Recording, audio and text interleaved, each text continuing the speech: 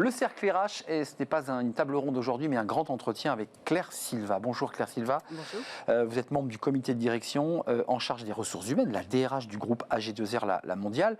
Alors ça faisait plusieurs mois, pour être très honnête, qu'on voulait vous avoir sur le plateau. Et ça y est, vous êtes avec nous aujourd'hui, car vous avez été élu la DRH de l'année 2022. On va revenir sur votre parcours, sur vos engagements, sur le hasard aussi d'être devenu DRH, parce que j'ai vu que vous aviez des ambitions de devenir magistrate, avocate, Oui. que c'était plutôt le droit et faire régner la loi. D'abord, un petit mot quand même sur ce titre. Alors c'est le Figaro Emploi avec d'autres partenaires qui vous ont décerné ce prix. Évidemment, ils auscultent, ils rencontrent tous les DRH. Ça fait quoi d'être élu DRH de l'année 2022 ? C'est une grande émotion, je dois dire, à titre personnel, que j'ai partagé d'ailleurs immédiatement avec mes équipes, à qui je rends hommage, parce qu'un DRH ne fait rien seul. Tout ce que j'ai pu faire tout au long de ma carrière, c'est en m'appuyant sur des équipes extrêmement professionnelles et compétentes. Donc c'est un honneur, c'est très gratifiant, et c'est de fait une très très grande émotion, parce que c'est une reconnaissance par ses pairs externes. Donc on a une forme de reconnaissance tout au long de l'année à travers son action, dans l'interaction qu'on a avec sa direction générale, avec les responsables opérationnels, les différentes directions métiers, son équipe, les collaborateurs, l'ensemble des acteurs de l'entreprise. Les partenaires sociaux. Et les partenaires sociaux, parce qu'ils sont là. Parce que ils font partie de mes clients, d'une certaine façon, en tant que DRH. Donc cette reconnaissance finalement externe par des pairs, c'est un honneur. D'ailleurs, moi, c'est vraiment comme ça que je le vis. Claire, juste un mot quand même sur le choix, parce qu'il y a des critères objectifs. J'imagine, c'est les Césars, c'est-à-dire qu'il faut regarder le film, il faut savoir. On juge sur quels critères ? C'est quoi les éléments qui font qu'aujourd'hui, on a considéré que Claire Silva devait être élue la meilleure DRH ou la DRH de l'année ? Alors écoutez, moi, ce qui m'a été rétrocédé en feedback, oui. Quand on m'a annoncé que le jury m'avait choisi in fine, c'est un parcours, la façon dont il s'est construit, c'est la façon dont on incarne la fonction à travers le parcours qu'on a vécu, et la façon dont on le raconte à travers les expériences qu'on relate finalement dans les moments aussi bien faciles que les moments difficiles, parce que la fonction de DRH n'est pas nécessairement un métier qui est toujours facile. Et moi, ce qui m'avait particulièrement marqué dans le feedback qui m'avait été fait par Benoît Serre, en l'occurrence, qui m'avait informé. Le vice-président de la NDRH, DRH de L'Oréal. Et il m'avait dit, écoutez, vous avez vraiment séduit le jury, qui a considéré que vous aviez une densité humaine incroyable, et que finalement vous aviez ce métier dans le... Je me rappelle, il m'avait dit ça, on s'est tous dit que vous aviez vraiment ce métier dans les veines. Ça c'est quand même très agréable à entendre. C'était un moment, une fois encore, très très fort en émotion pour moi, et j'ai mis plusieurs jours avant d'intégrer le fait que j'allais être nommée DRH de l'année, parce que, pour être tout à fait honnête, je n'avais pas l'ambition en tant que telle, et donc c'est pour ça que je l'ai vécu comme quelque chose de très très gratifiant. On reçoit une petite récompense, j'imagine, non ? Alors oui, un prix. Un prix, mais il est où ? Il est sur votre bureau ? Il est dans mon bureau. Dans mon bureau. Comme ça, tout le monde peut le partager avec vous. Exactement, et puis surtout, une fois encore, je le partage avec mon équipe. Quand même, c'est intéressant, parce que les DRH n'ont jamais été autant dans la lumière que depuis cette période Covid, et on n'en a jamais autant parlé. Ils existent, on les découvre, ils ont des histoires, des engagements. C'est quoi être DRH, si vous deviez comme ça résumer, parce qu'il y a des jeunes aussi qui suivent des formations, qui parfois hésitent. C'est quoi de devenir DRH ?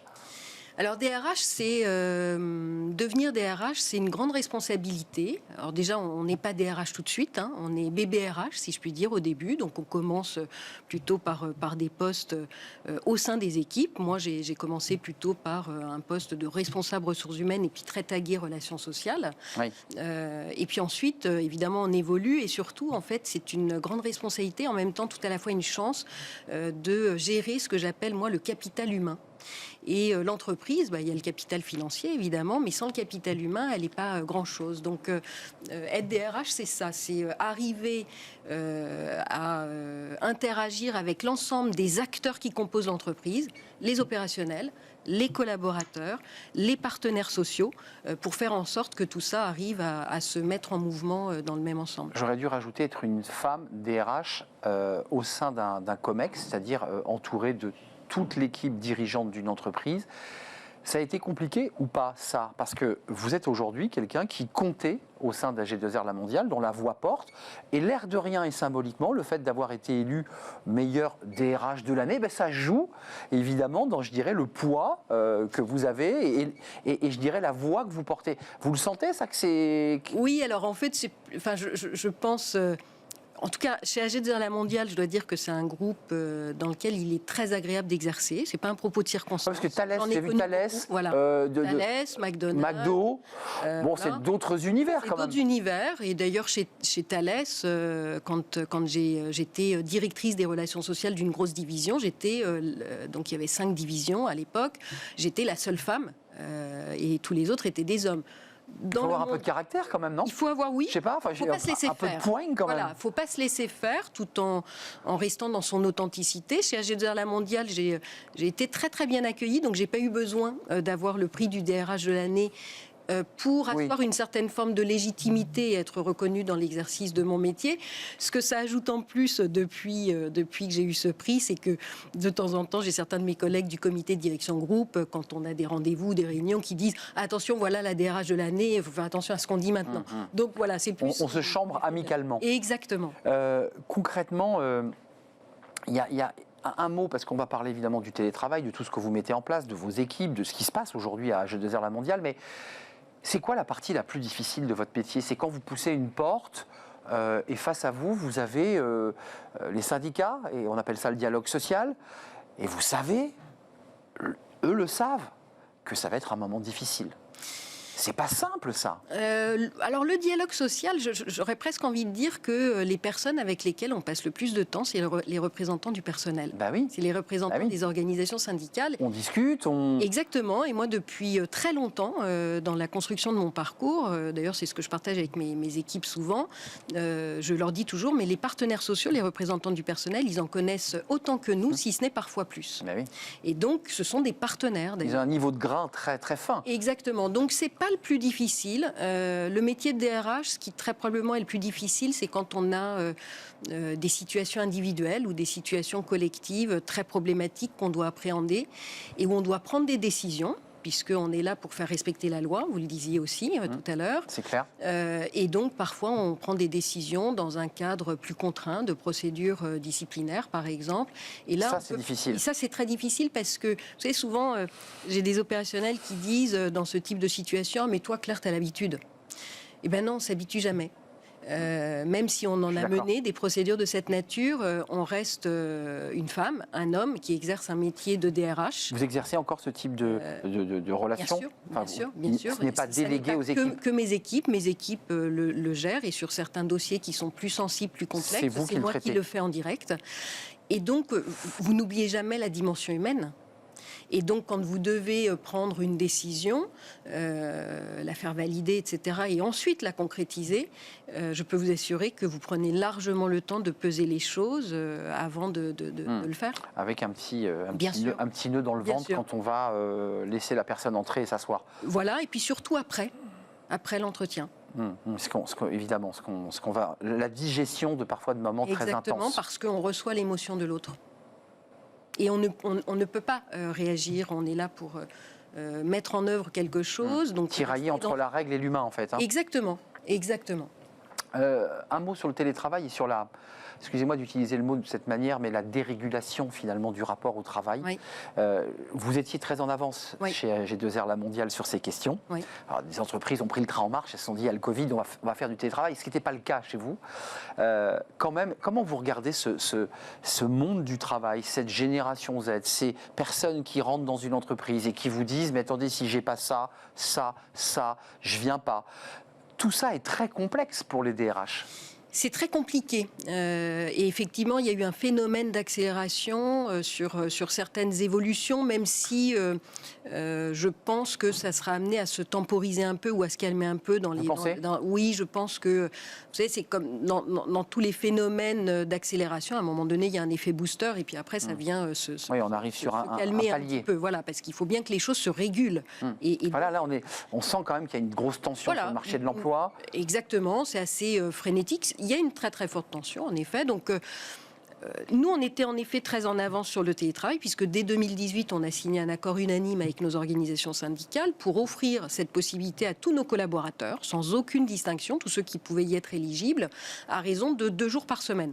Et donc, nous, quand la pandémie et le confinement est arrivé, ça n'a pas été une problématique parce qu'on avait déjà quasiment 3000 de nos collaborateurs qui pratiquaient le télétravail de façon régulière. Donc, finalement, on a réussi à stabiliser le fonctionnement de l'entreprise en 3-4 semaines, pas plus. Et puis, évidemment, ça a généré, par contre, dans la tête de personnes qui n'envisageaient pas du tout de se mettre en télétravail, puisqu'on est sur un télétravail sur la base du volontariat, le fait de travailler chez elles de façon contrainte 5 jours sur 5 pendant plusieurs semaines, ceux qui se disaient non, moi télétravail jamais pour moi, se sont dit mais non finalement, et donc ça a accéléré. Aujourd'hui on doit être à pas loin de 7000 collaborateurs, peut-être même un petit peu plus de 7000 collaborateurs qui pratiquent le télétravail de façon régulière, et pour plus des 2/3, 2 jours par semaine. D'accord. Et choisi sur le jour qu'on souhaite. En accord avec leur manager, évidemment, mais ça doit rester quand même assez flexible, on va dire. Et on a évidemment une attente exprimée de pouvoir passer à 3 jours, par exemple. Mais pour le moment... Il y a une demande ? Oui, il y a une demande. Les partenaires sociaux, un certain nombre de collaborateurs... Moi, je ne sais pas. Peut-être qu'un jour, effectivement, on passera à 3 jours. Nous, notre position aujourd'hui, elle n'est pas dogmatique. Elle est plus de dire attention, on ne peut pas faire n'importe quoi parce que l'entreprise, c'est avant toute chose un collectif de travail. Bien sûr. Et donc, sinon, on le perd, ça. On perd ce lien. Exactement. Plus on met les gens à distance, plus en fait on prend le risque de la dilution du collectif. Et donc finalement, on va se retrouver avec des collaborateurs qui vont se comporter comme des indépendants tout en étant dans une relation de salariat. Oui, bien sûr. Et donc on ne peut pas avoir le meilleur des deux mondes. Ça détruit la relation même du lien à l'entreprise. On devient un travailleur indépendant, un peu éloigné. Oui. On revient quand on a envie. Quand même un mot sur le bien-être au travail, quand même, parce qu'il nous reste 5 minutes, c'est important. J'ai vu qu'il y avait un questionnaire qui avait été posé, anonyme, c'est important de le préciser, aux 12 500 collaborateurs. C'est quand même, voilà, on trempe le thermomètre, on se dit, voilà, on en est où ? C'est quoi la santé mentale ? C'est ça les questions posées. Alors, c'est pas simplement ça. D'ailleurs, bien-être au travail, moi, j'ai plutôt tendance à parler de bien vivre et bien travailler ensemble, parce que le bien-être... Mais vous rajoutez le mot travail dedans ? Voilà. C'est-à-dire que le bien-être en vacances, je vois bien ce que c'est. Parce que je me lève, voilà, j'ai pas... On voit bien, oui. Le bien-être au travail, il y a quand même des contraintes. Donc, je préfère parler... Ça vous gêne un peu, ce mot ? Oui, parce que inévitablement, il y a des contraintes. Donc, je préfère parler de bien vivre et bien travailler ensemble, de créer ces conditions du bien vivre et du bien travailler ensemble. Ça, vous le rectifiez parfois quand vous êtes face aux partenaires sociaux en disant, on est au travail d'abord. Exactement. C'est ça que vous dites, en fait. Oui. Et on l'écrit même pour dire non, bien vivre et bien travailler ensemble. Et donc, effectivement, on a souhaité se doter d'un instrument de mesure supplémentaire qui va nous donner des clés de lecture complémentaires à celles qu'on peut apprécier soi-même ou que les managers peuvent vivre au quotidien à travers la mise en œuvre d'un baromètre d'engagement qui est très complet et où on va questionner autour d'une cinquantaine de questions, pas loin de 60 même d'ailleurs, sur tous les sujets. La stratégie du groupe, les conditions de travail, la charge de travail, l'équilibre vie personnelle, professionnelle, la relation au management, la relation au travail, le développement de mes compétences. Donc c'est très très large. Et l'objectif, c'est d'avoir finalement un outil de mesure à disposition du manager pour aller s'assurer que ce qui ressort de ce baromètre, de ces indicateurs de mesure, est conforme à la propre perception qu'ils ont. Ou sinon, on peut avoir des surprises. Voilà. Et en fait, moi, ce que je dis souvent d'ailleurs, c'est que le plus important, c'est pas tant les sujets sur lesquels les indicateurs sont au vert. Alors évidemment, on s'en satisfait. Mais c'est d'aller regarder là où on n'est pas au rendez-vous. Et de se dire, mais pourquoi on n'est pas au rendez-vous et quel plan d'action on met en œuvre ? C'est quoi les points sur lesquels vous dites qu'il y a quand même encore des efforts à faire ? AG2R, la mondiale, on a vu, c'est très en avance sur ces sujets, mais il y a encore des sujets sur lesquels vous dites, là, on doit travailler, on doit faire des propositions aux salariés, aux collaborateurs. Il y a la connaissance, en fait, de la stratégie du groupe, des orientations stratégiques du groupe et la connaissance de nos activités au quotidien, de la façon dont elles se comportent. On voit, en fait, que l'ensemble de nos collaborateurs n'ont pas suffisamment cette connaissance régulière, donc il faut qu'on le développe. C'est-à-dire que le baromètre d'engagement, c'est une conversation régulière en fait avec nos collaborateurs. Évidemment. Et on a aussi à travailler sur l'inclusion des collaborateurs dans la transformation du groupe. Et donc, on a des collaborateurs qui nous disent « Mais non, je ne me sens pas suffisamment acteur dans cette transformation. » Donc, ils sont demandeurs, finalement, à s'impliquer un peu plus. C'est ça qui est très intéressant, parce qu'en fait, ils disent « Je veux contribuer plus. » Donc, comment on fait ? Impliquez-moi, intégrez-moi plus.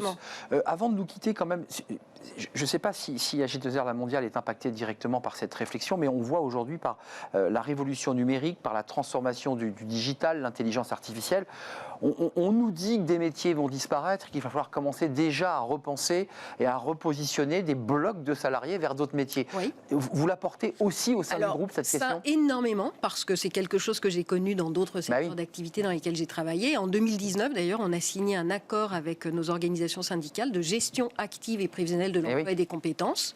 Et l'objectif de cet accord, c'est justement d'aller identifier toutes les tendances prévisionnelles d'évolution des métiers, des compétences, de les partager en très grande transparence avec les organisations syndicales, puis ensuite avec les collaborateurs, dans un travail collaboratif d'ailleurs avec les managers. Donc tous les acteurs de l'entreprise sont impliqués. Et le sujet, c'est de dire, moi je dis souvent... À 20 ans, à 10 ans ? Voilà, alors peut-être pas à 20 ans, 10 ans, mais au moins sur les 3-5 ans, de dire, mesdames, messieurs, le métier tel métier qui s'exerçait de telle façon il y a encore 5 ans, dans les années qui viennent, ces blocs de compétences vont disparaître et donc il faut qu'on vous accompagne pour vous permettre de saisir ces autres blocs de compétences. Et c'est la mission de l'entreprise de leur dire, voilà, on vous forme, on vous accompagne. Formation tout au long de la vie, prise de conscience de chacun qu'un parcours professionnel n'est pas linéaire, qu'il faut le diversifier. C'est un choc souvent pour un salarié qui se dit, moi j'étais bien dans ce poste et on me dit qu'on digitalise, il y a l'IA. Mais c'est un choc sans l'être parce qu'en fait on s'aperçoit que les collaborateurs ont la ressource de s'adapter. Simplement, c'est à nous, entreprises, d'avoir la responsabilité de dire les choses en transparence, de mettre les moyens sur la table pour dire on va vous former, on va vous accompagner. Alors c'est sûr qu'il faut que le salarié se saisisse de ça, parce que si le salarié reste les bras croisés à ne pas se saisir des moyens qui sont mis à sa disposition... Il rate l'occasion aussi de pouvoir rebondir. Exactement. Merci d'être venu nous rendre visite, Claire Silva. Pour boucler notre échange passionnant, vous ne regrettez pas de ne pas être devenue avocate ou magistrate ? Non. Il n'y a pas comme ça une petite pointe de regret. Vous dites pas. Non, pas du. Non. Vous êtes à la bonne place finalement. Oui, je suis à la bonne place, je pense. Et puis finalement, quand on est DRH, on est un peu avocat parce que on défend aussi bien les collaborateurs que les managers. Enfin, on est dans. Et à certains égards, parfois un peu magistrat, lorsque parfois il faut rappeler la loi. La loi. Et on est en fait finalement le rôle de DRH, c'est un rôle de go-between. Donc finalement, pas si éloigné de la passion qui vous occupait quand vous étiez jeune, qui vous animait. En effet. Merci Claire Silva, DRH de l'année 2022. C'est un titre important et qui vous a touché. Vous êtes la DRH du groupe AG2R La Mondiale. J'ai dit 12 500 collaborateurs. 15 000 collaborateurs. 15 000, j'étais sûr que le chiffre n'était pas bon. Combien de recrutements là ? Vous avez un chiffre ? On a sur une année, on fait 700 postes ouverts et on les pourvoit globalement 60% en mobilité interne, 40% à l'externe. Allez donc voir sur les onglets, sur le site AG2R La Mondiale et puis sur tous les job boards, j'imagine. Merci de nous avoir rendu visite. C'est un vrai plaisir de partager ce moment avec vous. Merci beaucoup. On termine notre émission avec Fenêtre sur l'emploi et on accueille notre invité tout de suite.